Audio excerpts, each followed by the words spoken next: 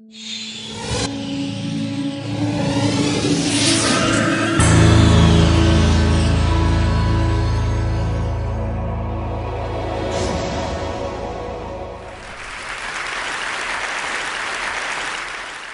now I don't want to alarm anybody in this room, but it's just come to my attention that the person to your right is a liar. Also, the person to your left is a liar. Also, the person sitting in your very seats is a liar. We're all liars. What I'm going to do today is I'm going to show you what the research says about why we're all liars, how you can become a lie spotter, and why you might want to go the extra mile and go from lie spotting to truth seeking, and ultimately to trust building.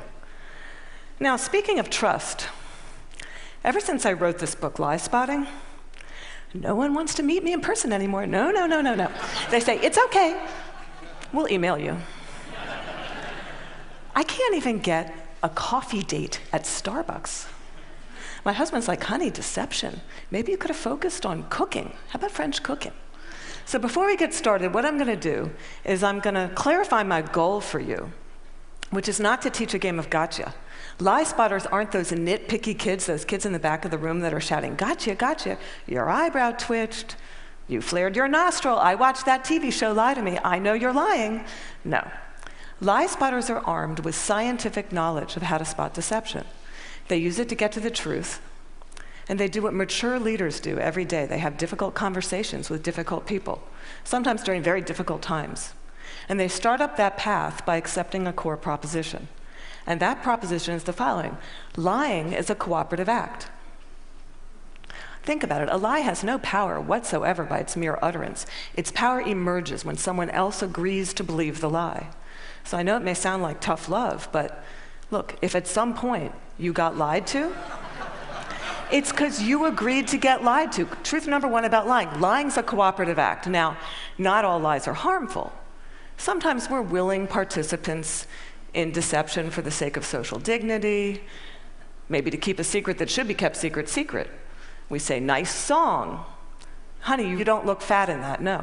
Or we say, favorite of the digerati. You know, I just fished that email out of my spam folder. I'm so sorry. But there are times when we are unwilling participants in deception, and that can have dramatic costs for us. Last year saw $997 billion in corporate fraud alone in the United States. That's an eyelash under $1 trillion. That's 7% of revenues. Deception can cost billions. Think Enron, Madoff, the mortgage crisis, or in the case of double agents and traitors like Robert Hansen or Aldrich Ames, lies can betray our country. They can compromise our security. They can undermine democracy. They can cause the deaths of those that defend us. Deception is actually serious business. This con man, Henry Oberlander, he was such an effective con man, British authorities say he could have undermined the entire banking system of the Western world. And you can't find this guy on Google. You can't find him anywhere.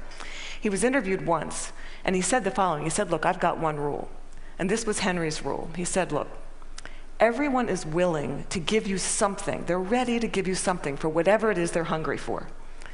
And that's the crux of it. If you don't want to be deceived, you have to know, what is it that you're hungry for? And we all kind of hate to admit it. You know, we kind of wish we were better husbands, better wives, smarter, more powerful, taller, richer. The list goes on. Lying is an attempt to bridge that gap, to connect our wishes and our fantasies about who we wish we were, how we wish we could be, with what we're really like. And boy, are we willing to fill in those gaps in our lives with lies. On a given day, studies show that you may be lied to anywhere from 10 to 200 times. Now, granted, many of those are white lies. But in another study, it showed that strangers lied 3 times within the first 10 minutes of meeting each other. Now, when we first hear this data, we recoil. We can't believe how prevalent lying is. We're essentially against lying. But if you look more closely, the plot actually thickens. We lie more to strangers than we lie to coworkers. Extroverts lie more than introverts. Men lie 8 times more about themselves than they do other people. Women lie more to protect other people. If you're in an average married couple, you're going to lie to your spouse in 1 out of every 10 interactions. Now, you may think that's bad. If you're unmarried, that number drops to 3. Lying's complex. It's woven into the fabric of our daily and our business lives. We're deeply ambivalent about the truth. We parse it out on an as-needed basis, sometimes for very, very good reasons, and other times just because we don't understand the gaps in our lives. That's truth number 2 about lying. We're against lying, but we're covertly for it in ways that our society has sanctioned for centuries and centuries and centuries. It's as old as breathing. It's part of our culture. It's part of our history. Think Dante, Shakespeare, the Bible, news of the world.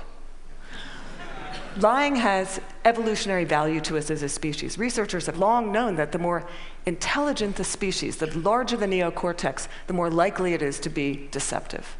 Now, you might remember Coco. Does anybody here remember Coco the gorilla, who was taught sign language? Coco was taught to communicate via sign language. Here's Coco with her kitten. It's her cute little fluffy pet kitten. Coco once blamed her pet kitten for ripping a sink out of the wall. We're hardwired to become leaders of the pack. It starts really, really early. How early? Well, babies will fake a cry, pause, wait to see who's coming, and then go right back to crying. 1-year-olds learn concealment. 2-year-olds bluff. 5-year-olds lie outright. They manipulate via flattery. 9-year-olds, masters of the cover-up. By the time you enter college, you're going to lie to your mom in 1 out of every 5 interactions. By the time we enter this work world, and we're breadwinners, we enter a world that is just cluttered with spam, fake digital friends, partisan media, ingenious identity thieves, world-class Ponzi schemers, a deception epidemic. In short, what one author calls a post-truth society. It's been very confusing for a long time now. What do? Well, there's steps we can take to navigate our way through the morass. Trained lie spotters get to the truth 90% of the time. The rest of us, we're only 54% accurate. Why is it so easy to learn? Well, they're good liars and they're bad liars. They're no real original liars. We all make the same mistakes. We all use the same techniques. So what I'm going to do is I'm going to show you 2 patterns of deception, and then we're going to look at the hot spots and see if we can find them ourselves. We're going to start with speech. I want you to listen to me. I'm going to say this again. I did not have sexual relations with that woman, Miss Lewinsky. I never told anybody to lie, not a single time, never. These allegations are false, and I need to go back to work for the American people. Thank you. Okay, what were the telltale signs? Well, first we heard what's known as a non-contracted denial. Studies show that people who are overdetermined in their denial will resort to formal rather than informal language. We also heard distancing language, that woman. We know that liars will unconsciously distance themselves from their subject using language as their tool. Now, if Bill Clinton had said, well, they tell you the truth, or Richard Nixon's favorite, in all candor, he would have been a dead giveaway for any lie spotter that knows that qualifying language, as it's called, qualifying language like that, further discredits the subject. Now, if he had repeated the question in its entirety, or if he had peppered his account with a little too much detail, and we're all really glad he didn't do that, he would have further discredited himself. Freud had it right. Freud said, look, there's much more to it than speech. No mortal can keep a secret. If his lips are silent, he chatters with his fingertips, and we all do it. No matter how powerful you are, we all chatter with our fingertips. I'm going to show you Dominique Strauss-Kahn with Obama, who's chattering with his fingertips. Now, this brings us to our next pattern, which is body language. With body language, here's what you got to do. You really got to just throw your assumptions out the door. Let the science temper your knowledge a little bit, because we think liars fidget all the time. Well, guess what? They're known to freeze their upper bodies when they're lying. We think liars won't look in the eyes. Well, guess what? They look you in the eyes a little too much just to compensate for that myth. We think warmth and smiles convey honesty, sincerity, but a trained lie spotter can spot a fake smile a mile away. Can you all spot the fake smile here? You can consciously contract the muscles in your cheeks. But the real smile's in the eyes. The crow's feet of the eyes, they cannot be consciously contracted, especially if you overdid the Botox. Don't overdo the Botox. Nobody will think you're honest. Now we're going to look at the hot spots. Can you tell what's happening in a conversation? Can you start to find the hot spots to see the discrepancies between someone's words and someone's actions? Now, I know it seems really obvious, but when you're having a conversation with someone that you suspect of deception, attitude is by far the most overlooked but telling of indicators. An honest person is going to be cooperative. They're going to show they're on your side. They're going to be enthusiastic. They're going to be willing and helpful in getting you to the truth. They're going to be willing to brainstorm, name suspects, provide details. They're going to say, hey, maybe it was those guys in payroll that forged those checks. They're going to be infuriated if they sense they're wrongly accused throughout the entire course of the interview, not just in flashes. They'll be infuriated throughout the entire course of the interview. And if you ask someone honest, what should happen to whoever did forge those checks? An honest person is much more likely to recommend strict rather than lenient punishment. Now, let's say you're having that exact same conversation with someone deceptive. That person may be withdrawn, look down, lower their voice, pause, be kind of herky-jerky. Ask a deceptive person to tell their story. They're going to pepper it with way too much detail in all kinds of irrelevant places. And then they're going to tell their story in strict chronological order. And what a trained interrogator does is they come in, and in very subtle ways, over the course of several hours, they will ask that person to tell their story backwards. And then they'll watch them squirm and track which questions produce the highest volume of deceptive tells. Why do they do that? Well, we all do the same thing. We rehearse our words, but we rarely rehearse our gestures. We say yes, we shake our heads no. We tell very convincing stories, we slightly shrug our shoulders. We commit terrible crimes, and we smile at the delight in getting away with it. Now, that smile is known in the trade as duping delight, and we're going to see that in several videos moving forward, but we're going to start. For those of you that don't know him, this is presidential candidate John Edwards, who shocked America by fathering a child out of wedlock. We're going to see him talk about getting a paternity test. See now if you can spot him saying yes while shaking his head no, slightly shrugging his shoulders, lots of... Be happy to participate in one. I know that it's not possible that this child could be mine because of the timing of events, so I know it's not possible. Happy to take a paternity test and would love to see it happen. Are you going to do that soon? Is there somebody that you can't? I'm only one side. I'm only one side of the test, but I'm happy to participate in one. Okay, those head shakes are much easier to spot once you know to look for them. Now, there are going to be times when someone makes one expression while masking another that just kind of leaks through in a flash. Murderers are known to leak sadness. Your new joint venture partner might shake your hand, celebrate, go out to dinner with you, and then leak an expression of anger. And we're not all going to become facial expression experts overnight here, but there's one I can teach you that's very dangerous and that's easy to learn, and that's the expression of contempt. Now, with anger, you've got two people on an even playing field. It's still somewhat of a healthy relationship, but when anger turns to contempt, you've been dismissed. It's associated with moral superiority, and for that reason, it's very, very hard to recover from. Here's what it looks like. It's marked by one lip corner pulled up and in. It's the only asymmetrical expression, and in the presence of contempt, whether or not deception follows, and it doesn't always follow, look the other way, go the other direction, reconsider the deal, say, no, thank you, I'm not coming up for just one more nightcap, thank you. Science has surfaced many, many more indicators. We know, for example, liars will shift their blink rate, point their feet towards an exit. They will take barrier objects and put them between themselves and the person that's interviewing them. They'll alter their vocal tone, often making their vocal tone much lower. Now, here's the deal. These behaviors are just behaviors. They're not proof of deception. They're red flags. We're human beings. We make deceptive, flailing gestures all over the place all day long. They don't mean anything in and of themselves. But when you see clusters of them, that's your signal. Look, listen, probe, ask some hard questions, get out of that very comfortable mode of knowing, walk into curiosity mode, ask more questions. Have a little dignity. Treat the person you're talking to with rapport. Don't try to be like those folks on Law and Order and those other TV shows that pummel their subjects into submission. Don't be too aggressive. It doesn't work. Now, we've talked a little bit about how to talk to someone who's lying and how to spot a lie. And as I promised, we're now going to look at what the truth looks like. And I'm going to show you two videos.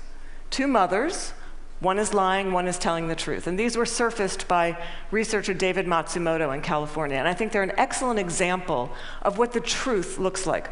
This mother, Diane Downs, shot her kids at close range, drove them to the hospital while they bled all over the car, claimed a scraggy-haired stranger did it. And you'll see when you see the video, she can't even pretend to be an agonizing mother. What you want to look for here is an incredible discrepancy between horrific events that she describes and her very, very cool demeanor. And if you look closely, you'll see duping delight throughout this video. But at night, when I close my eyes, I can see Christy reaching her hand out to me while I'm driving, and the blood just keep coming out of her mouth. And that, maybe it'll fade too with time, but I don't think so.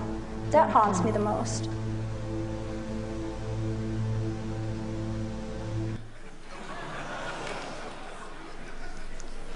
Now I'm going to show you a video of an actual grieving mother, Erin Runyon, confronting her daughter's murderer and torturer in court. Here you're going to see no false emotion, just the authentic expression of a mother's agony. I wrote this statement on the 3rd anniversary of the night you took my baby. And you hurt her, and you crushed her, you terrified her, until her heart stopped. And she fought, and I know she fought you. I know she looked at you with those amazing brown eyes, and you still wanted to kill her. And I don't understand it, and I never will. Okay, there's no doubting the veracity of those emotions. Now, the technology around what the truth looks like is progressing on, the science of it. We know, for example, that we now have specialized eye trackers, infrared brain scans, MRIs that can decode the signals that our bodies send out when we're trying to be deceptive. And these technologies are going to be marketed to all of us as panaceas for deceit. And they will prove incredibly useful someday. But you've got to ask yourself, in the meantime, who do you want on your side of the meeting? Someone who's trained in getting to the truth, or some guy who's going to drag a 400-pound electroencephalogram through the door? Lie spotters rely on human tools. They know, as someone once said, character's who you are in the dark. And what's kind of interesting is that today we have so little darkness. Our world is lit up 24 hours a day. It's transparent, with blogs and social networks broadcasting the buzz of a whole new generation of people that have made a choice to live their lives in public. It's a much more noisy world. So one challenge we have is to remember, oversharing, that's not honesty. Our manic tweeting and texting can blind us to the fact that the subtleties of human decency, character, integrity, that's still what matters. That's always what's going to matter. So in this much noisier world, it might make sense for us to be just a little bit more explicit about our moral code. When you combine the science of recognizing deception with the art of looking, listening, you exempt yourself from collaborating in a lie. You start up that path of being just a little bit more explicit because you signal to everyone around you. You say, hey, my world, our world, it's going to be an honest one. My world is going to be one where truth is strengthened and falsehood is recognized and marginalized. And when you do that, the ground around you starts to shift just a little bit. And that's the truth. Thank you.